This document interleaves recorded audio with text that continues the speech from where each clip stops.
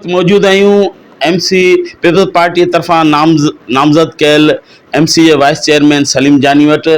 सलीम जानी खां पुछंदासीं त तव्हां इन ख़ुशीअ कीअं था महसूस करियो ऐं टंडोलिया जे लाइ कहिड़ो अज़म खणी आया आहियो। सलीम जानी, तव्हां ॿुधाईंदा त यकीनन तव्हांजी कामयाबी में कहिड़ो कंहिंजो हथु आहे ऐं कहिड़ो अज़म खणी आया आहियो। औज़ु बिल्लाहि मिनश शैतानिर रजीम, बिस्मिल्लाहिर रहमानिर रहीम।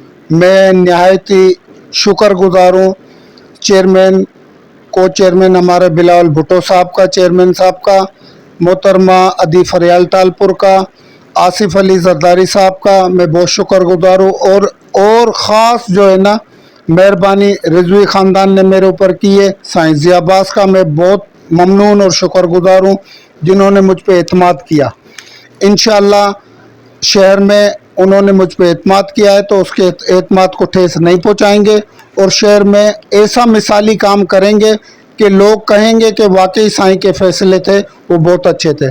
और साईं जो अभी हमारे साथ जो साईं ने बंदा हमें दिया है, साईं का खुद का बेटा है चेयरमैन साईं समर शाह। इंशाअल्लाह मैं जो उसको देख रहा हूँ, मेरी कुछ मुलाकातें उनसे हुई हैं, मैंने उसमें जो जज्बा पाया है, मैंने इससे पहले भी मैं सियासी पार्टियों से मिला हूँ सब चीज़ें, लेकिन जो इनके अंदर मैंने जज्बा देखा है काम करने का वो किसी में मैंने आज तक नहीं देखा। नज़र एम इशू सफाई आए, ड्रेनेज आए, पानी आए, हेल्थ आए, इहा इशू आहिनि। इंशाल्लाह वेंदासूं तो बिल्कुलु इहा बि हल कंदासूं। जॾहिं त इलाइक़नि में गंद ऐं घटिन जा मसला हूंदा आहिनि बिल्कुलु इहा आहिनि। इंशाल्लाह अल्लाह ख़ैर करे। आया असीं मुंतकिफ़ थिया आहियूं, उन खां पहिरीं असां कमु शुरू करे छॾियो आहे।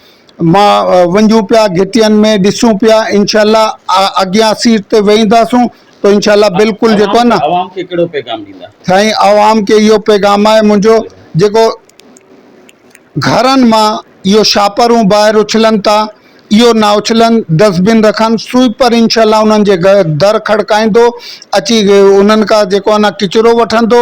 इहो महिरबानी करे ॿाहिरि छापर उछलनि था, उन जे करे नाला ब्लॉक थियनि था, ही घरनि कोन था छापर, पोइ फासी वेंदा आहिनि। ऐं पंहिंजी तालुके जी आवाम सां इहो अपील थो कयां, इहो जेको आहे न किचिरो ॿाहिरि न उछलो, डस्टबिन रखो घर में, स्वीपर तव्हां वटि न अचे। इंशाल्लाह उहो नंबर असीं फेसबुक ते छॾंदासूं।